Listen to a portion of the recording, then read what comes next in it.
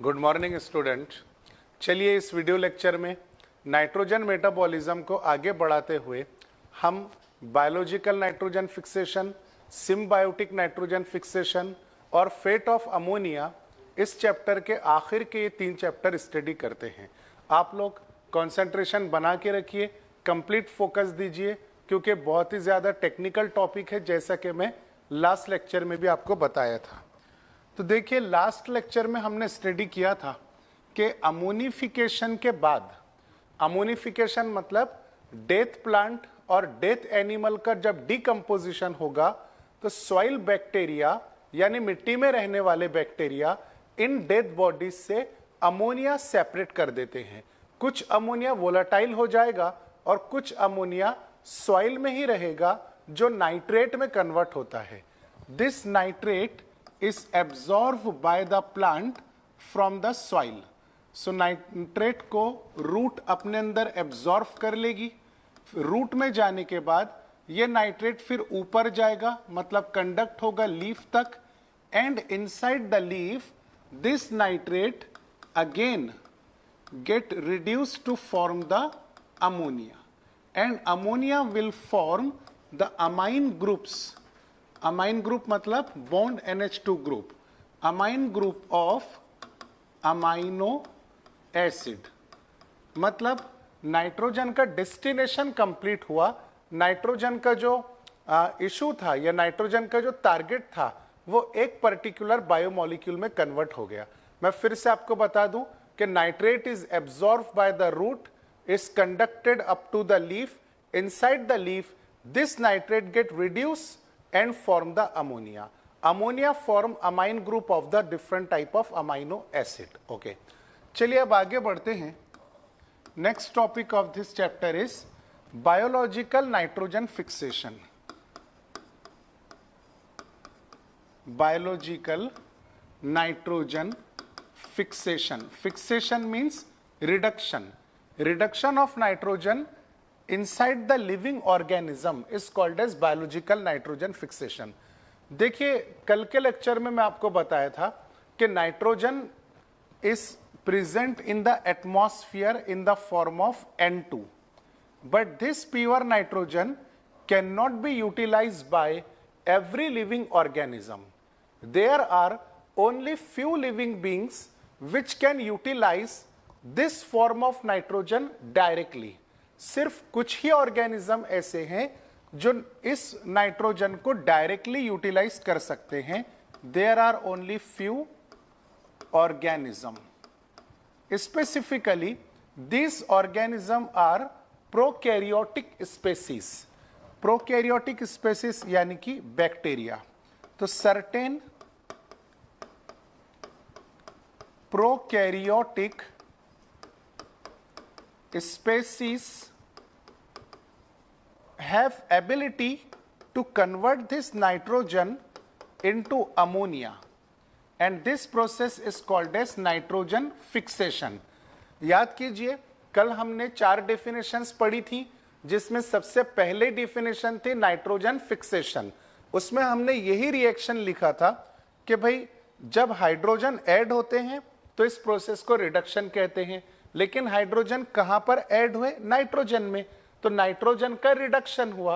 Reduction of nitrogen is also called as nitrogen fixation. तो nitrogen fixation ये कुछ prokaryotic species perform करते हैं।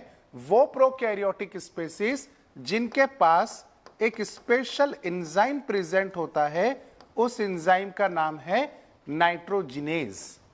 सो nitrogenase enzyme have ability to convert nitrogen into ammonia by the reductive process, and this nitrogen fixation in the living being or in the living organism is called as what? Biological nitrogen fixation. ऐसा nitrogen fixation जो bacterias में होगा या living organisms में होगा, उसे कहा जाएगा बायोलॉजिकल नाइट्रोजन फिक्सेशन। अब ऐसी कई प्रोकैरियोटिक स्पेसीज हैं जिनके अलग अलग वेरिएशंस हैं जो नाइट्रोजिनेज एंजाइम को अपने अंदर रखते हैं और नाइट्रोजन का रिडक्शन करते हैं अमोनिया में। फॉर एग्जांपल, कुछ स्पेसीज फ्री लिविंग होती है और कुछ सिम्बायोटिक होती है। So free living nitrogen fixer are mainly categorises into two type. Free living aerobic bacteria, यानी ऐसे एरोबिक बैक्टीरिया जो फ्रीली सॉइल में होते हैं, जिनके पास नाइट्रोजनेज एंजाइम होता है और वो नाइट्रोजन फिक्सेशन का काम कर सकते हैं। Example of free living aerobic bacteria are Azotobacter and second example is Beijerinckia. ये एग्जाम्पल बहुत अच्छे से याद रखना है बच्चों आपको, क्योंकि ये एग्जाम के अंदर पूछता है। Okay, second thing, some are the free living anaerobic bacteria. Aerobic means the organism which survive only in presence of oxygen. ऐसे बैक्टीरिया जो ऑक्सीजन के प्रेजेंसी में ही जिंदा रहेंगे, उन्हें एरोबिक कहा जाएगा। The bacteria which survive in absence of oxygen are called as anaerobic bacteria. So example of anaerobic bacteria which can fix the nitrogen is Rhodospirillum. This is free living anaerobic bacteria which have ability to convert nitrogen into ammonia, that is nitrogen fixation. Some are the free living cyanobacteria. Cyanobacteria, for example, Nostoc,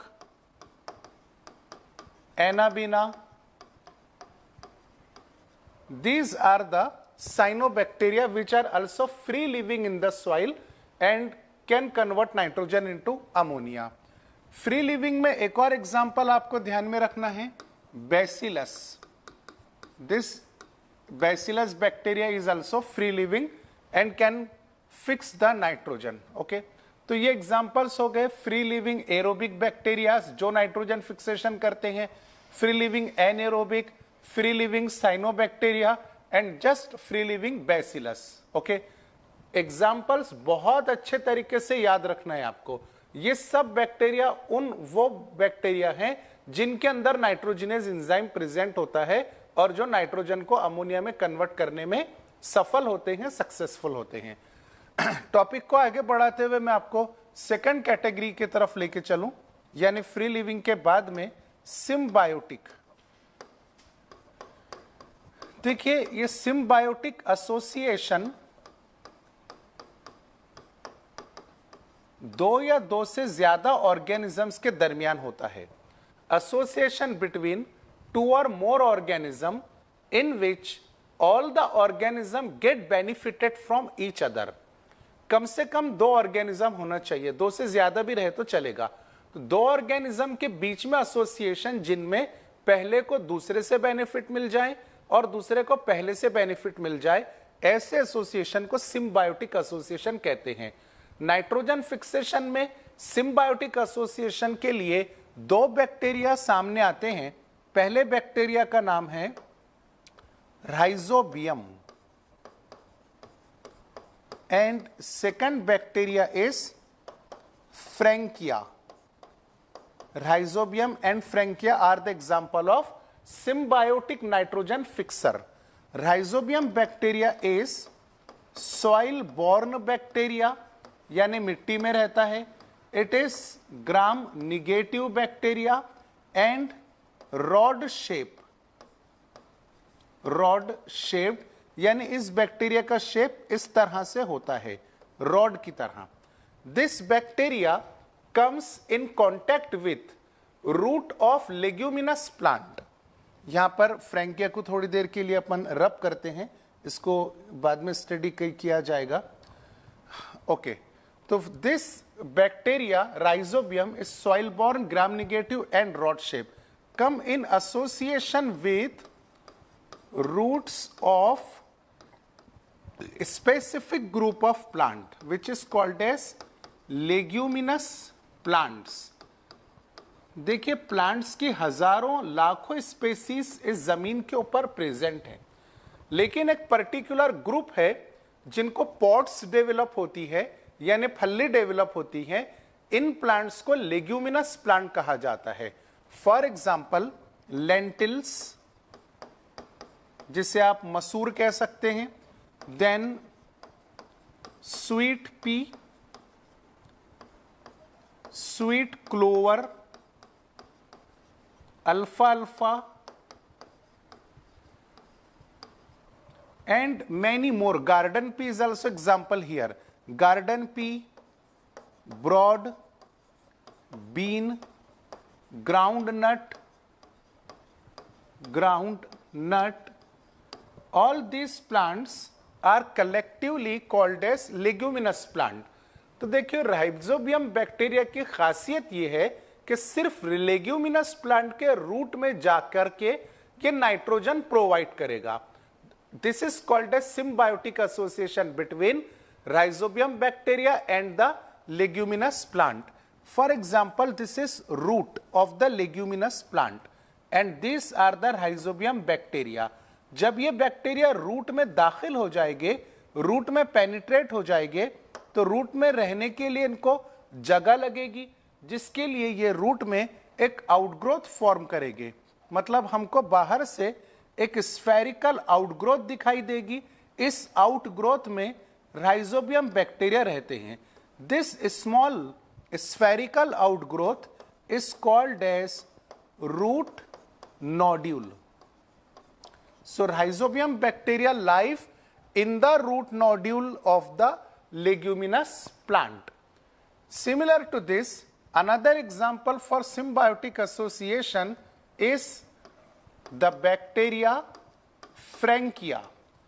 Frankia also form root nodules. Frankia भी root nodules form करता है, लेकिन अनादर plants में जो कि leguminous नहीं होते हैं, non leguminous plant. So this bacteria can also form the same type of root nodule but in non-leguminous plant. For example, Alnus.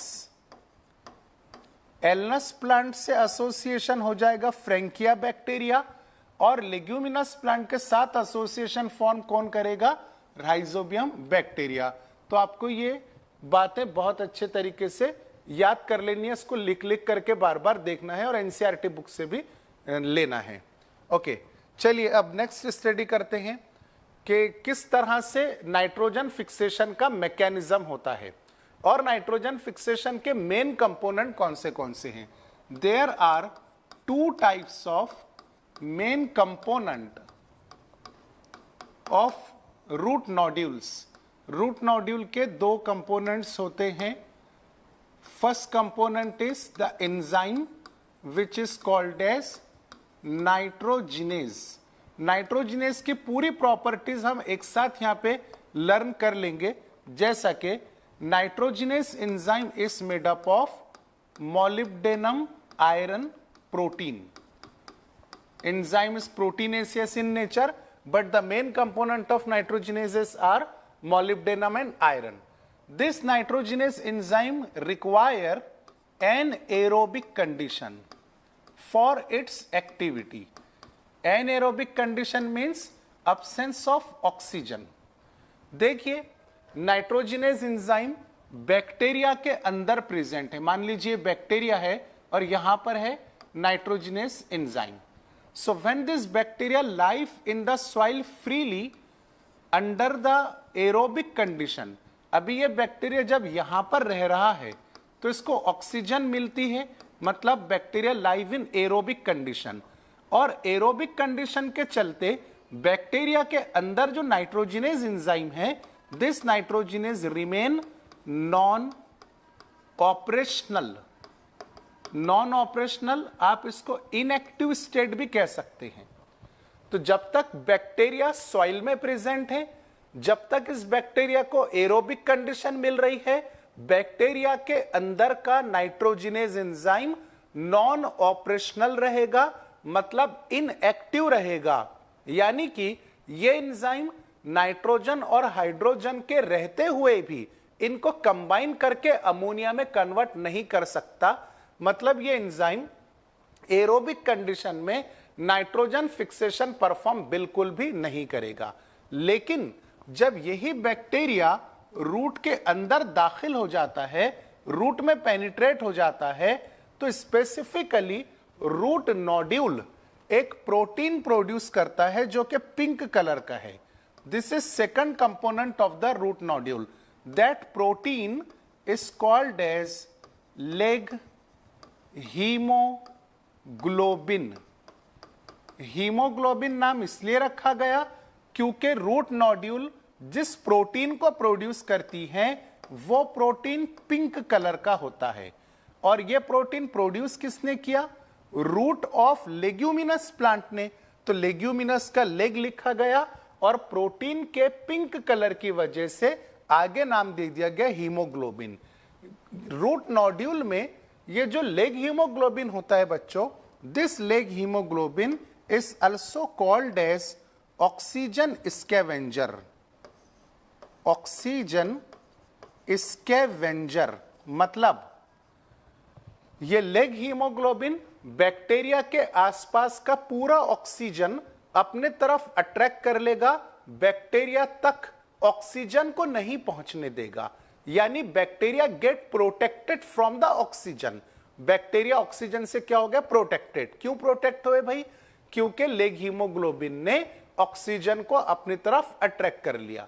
अब अगर ऑक्सीजन बैक्टीरिया को नहीं मिलेगा तो bacteria is life in which condition?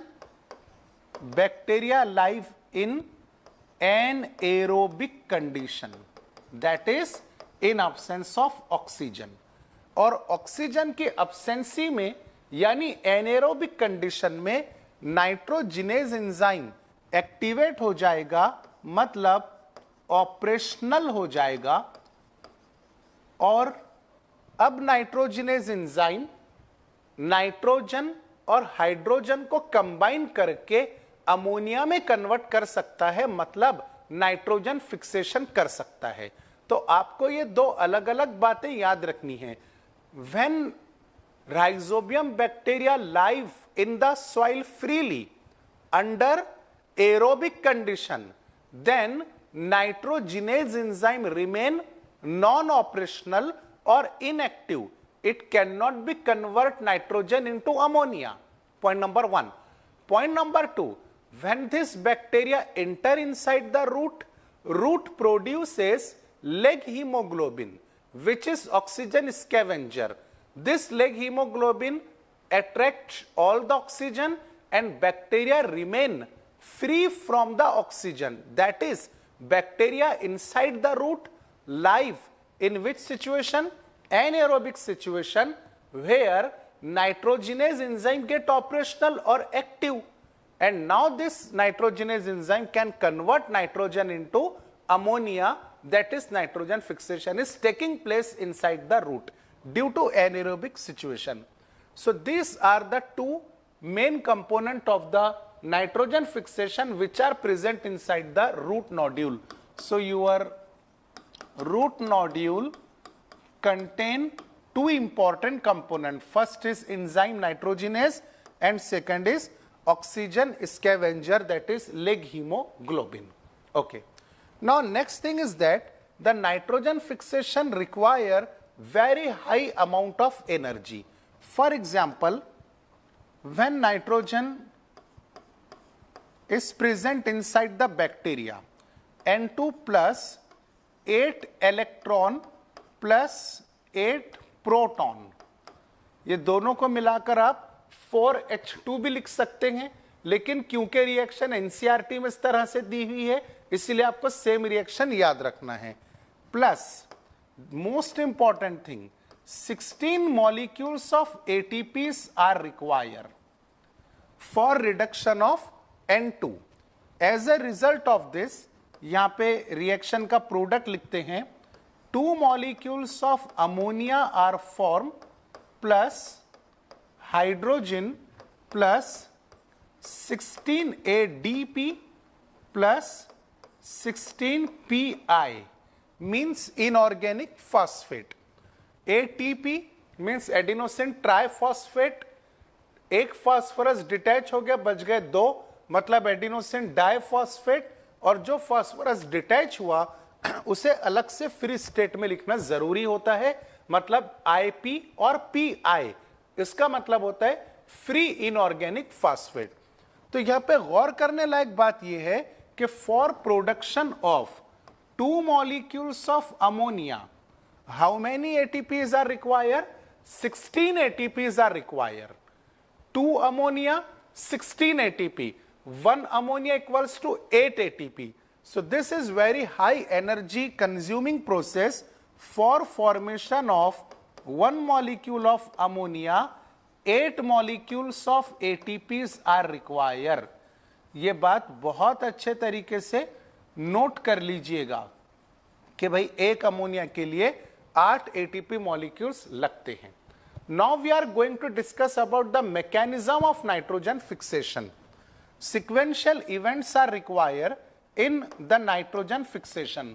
First of all I am going to draw the transverse section of root of leguminous plant, क्योंकि हम लोग symbiotic nitrogen fixation discuss कर रहे हैं।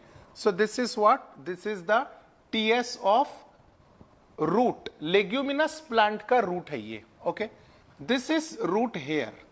Initially Rhizobium bacteria live freely in the soil in presence of oxygen. These bacteria get multiply many times and colonize near the root. यहां पर हम देख सकते हैं कि बहुत सारे बैक्टीरिया मल्टीप्लाई हो गए हैं। तो bacteria get multiply and colonise near the root. अब आगे की प्रोसेस में बच्चों ये होगा कि कुछ बैक्टीरिया रूट एपिडर्मल सेल्स पर और रूट हेयर के ऊपर अटैच होना शुरू हो जाएंगे। फॉर एग्जाम्पल ये इसी के आगे का प्रोसेस है, the same transverse section, these are the cortical cells. ठीक है, फिर यहां पर है आपका root hair. This root hair get curl due to attachment of the bacteria.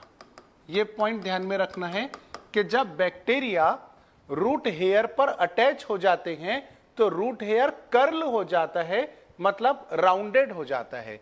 अब देखो बच्चों जरा ध्यान से, रूट हेयर को थोड़ा सा यहां पे ब्रॉड करता हूं मैं ताकि मैकेनिज्म हम समझ सकें। Okay, so this is suppose root hair. अब एक आधा बैक्टीरिया रूट हेयर के अंदर पेनिट्रेट हो जाएगा, इसे इन्वेजन कहेंगे।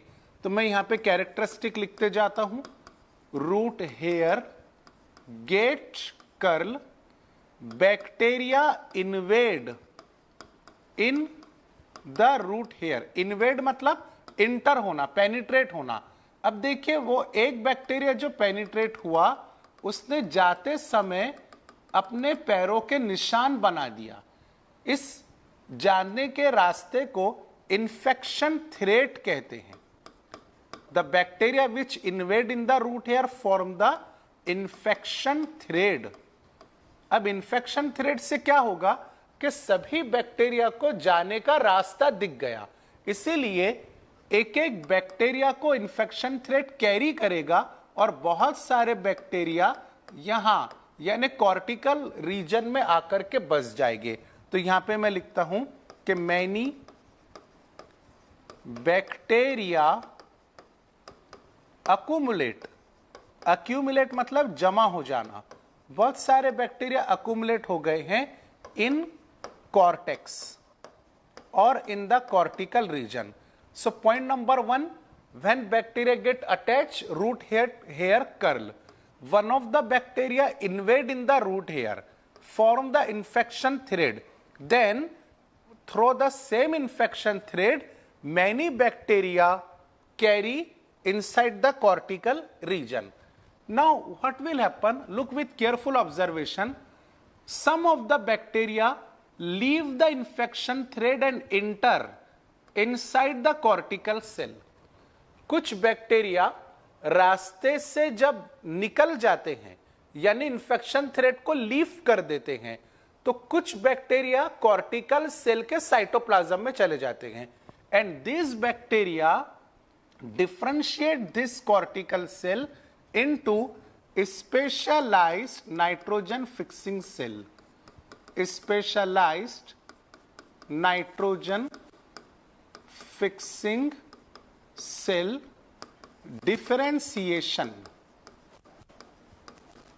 डिफरेंशिएशन हमने स्टडी किया था एनाटॉमी ऑफ फ्लावरिंग प्लांट में, जिसका मतलब यह होता है कि अगर कोई सेल अपने आप को एक पर्टिकुलर फंक्शन के लिए तैयार करता है तो उसे डिफरेंशिएशन कहते हैं। यहां पर क्या हुआ कि कुछ बैक्टीरिया कॉर्टेक्स के सेल के अंदर गए और कॉर्टिकल सेल को उन्होंने स्पेशलाइज्ड सेल में कन्वर्ट कर दिया, नाइट्रोजन फिक्सिंग सेल में कन्वर्ट कर दिया। सो दिस इज द डिफरेंशिएशन। अब ये सेल नाइट्रोजन फिक्सेशन परफॉर्म कर सकता है। यहां पे जैसे जैसे बैक्टीरिया की क्वांटिटी बढ़ती जाएगी, एक आउटग्रोथ बढ़ेगी, मतलब रीजन यहां पर फैलेगा जो रूट पर हमको स्फेरिकल आउटग्रोथ शो करेगा। This spherical outgrowth is called as what? Root nodule. मान लीजिए कि यहां पे रूट नोड्यूल बन गया है।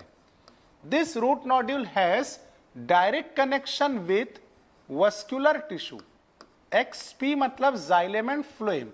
जाइलेम और फ्लोएम से रूट नोड्यूल का डायरेक्ट कनेक्शन हो जाता है ताकि न्यूट्रिएंट एक्सचेंज हो सके। कैसे न्यूट्रिएंट एक्सचेंज हो सके? जाइलेम से वाटर नोड्यूल को मिलेगा जिससे मेटाबॉलिज्म फास्ट चलेगा, फ्लोएम से फूड नोड्यूल को मिलेगा जिसकी वजह से एनर्जी आएगी, एरोबिक रेस्पिरेशन परफॉर्म कर सकेंगे कॉर्टिकल सेल। ये हो गया जाइलेम और फ्लोएम से जाने वाले मटेरियल रूट नोड्यूल में। अब रूट नोड्यूल क्या प्रोवाइड करेगा? तो याद रखिए कि रूट नोड्यूल में नाइट्रोजन फिक्सेशन मैकेनिज्म शुरू है। रूट नोड्यूल नाइट्रोजन को अमोनिया में कन्वर्ट करेगा और अमोनिया ट्रांसपोर्ट करेगा जाइलेम में। अब जैसे ये अमोनिया जाइलेम के अंदर जाता है तो ट्रांसप्रेशन स्ट्रीम के थ्रू अमोनिया लीफ तक पहुंचेगा, फिर अमाइनो एसिड्स में कन्वर्ट हो जाएगा। Okay, so this root nodule have direct connection with the vascular tissue. ये मैकेनिज्म है नाइट्रोजन फिक्सेशन का। रिएक्शन अच्छे से याद रखना है जो पिछली स्लाइड में मैं लिखा। ये जो सिक्वेंशियल इवेंट्स है, क्या क्या सिक्वेंशियल इवेंट्स हैं? First of all, bacteria multiply and colonise near the root of leguminous plant. कौन से बैक्टीरिया हैं ये? These are the Rhizobium bacterias, okay, which are gram negative, क्योंकि हम सिम्बायोटिक एसोसिएशन पढ़ रहे हैं। Second step, bacteria attach to epidermal cell and root hair. Third step, root hair get curl.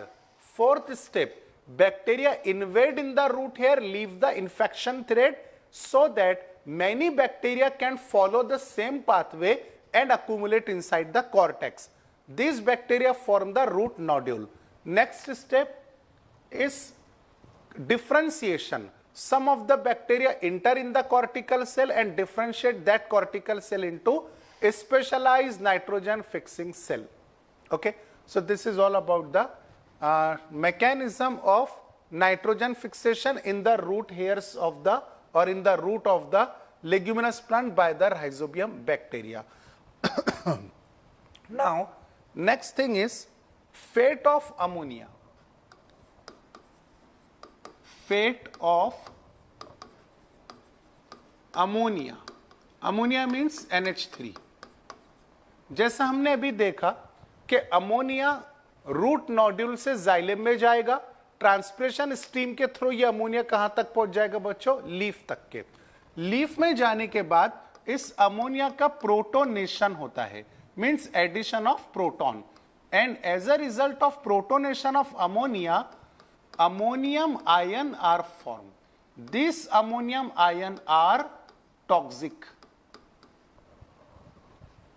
Specifically ये अमोनिया जो leaf में accumulate हुआ उसकी कहानी है, लेकिन हमने इसके पहले ये भी स्टडी किया आज ही के लेक्चर में। एकदम स्टार्टिंग लाइन मैंने आपको बताया कि बहुत सारे प्लांट ऐसे होते हैं जो रूट के थ्रू नाइट्रेट को एब्जॉर्ब करते हैं, NO3 को। तो NO3 is not toxic but NH4 positive that is ammonium ion is a toxic. इस NH4 को क्या नाम दिया जाएगा? Ammonium ions. तो ammonium ion are found to be toxic. अब इन अमोनियम आयन को डाइल्यूट करना पड़ेगा ताकि उनकी टॉक्सिसिटी कम हो जाए। So there are two fates of ammonium ion. First one is reductive amination, जिसमें अमोनिया का रिडक्शन होगा with the help of NADPH2, and second is transamination. फिर अमाइन ग्रुप का ट्रांसपोर्टेशन होगा एक ऑर्गेनिक एसिड से दूसरे ऑर्गेनिक एसिड की तरफ। पहले हम देखते हैं reductive amination. So what happen in reductive अमीनेशन?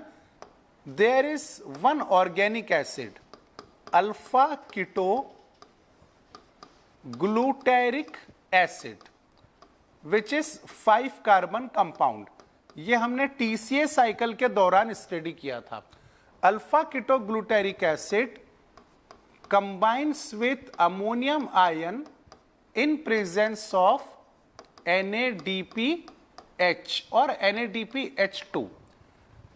So presence of NADPH2 indicates that it is a reductive process, क्योंकि NADP जो होता है वो हाइड्रोजन डोनेट कर देगा और सब्सटेंस को क्या कर देगा, रिड्यूस कर देगा, तो इसे नाम दिया गया reductive amination. As a result of this reaction product is form which is called as glutamic acid, and this glutamic acid is most important amino acid. Glutamic acid कौन है? It is one of the kind of amino acid. This is called as reductive amination. Now next thing what will happen, from the glutamic acid amine group is transported to the keto group of keto acid. Example, देखिए amino acid का general formula मैं यहां पे लिख रहा हूं। C, carbon की 4 valencies हैं, ऊपर H, यहां पर है COOH, एक तरफ है अमोनिया, ओके, इसमें पॉजिटिव चार्ज देना पड़ेगा आपको क्योंकि ये NH2 फॉर्म में न्यूट्रल होता है, और यहां COO अगर है तो निगेटिव चार्ज, H है तो कोई बात नहीं, and here there is a R1 that is alkyl group.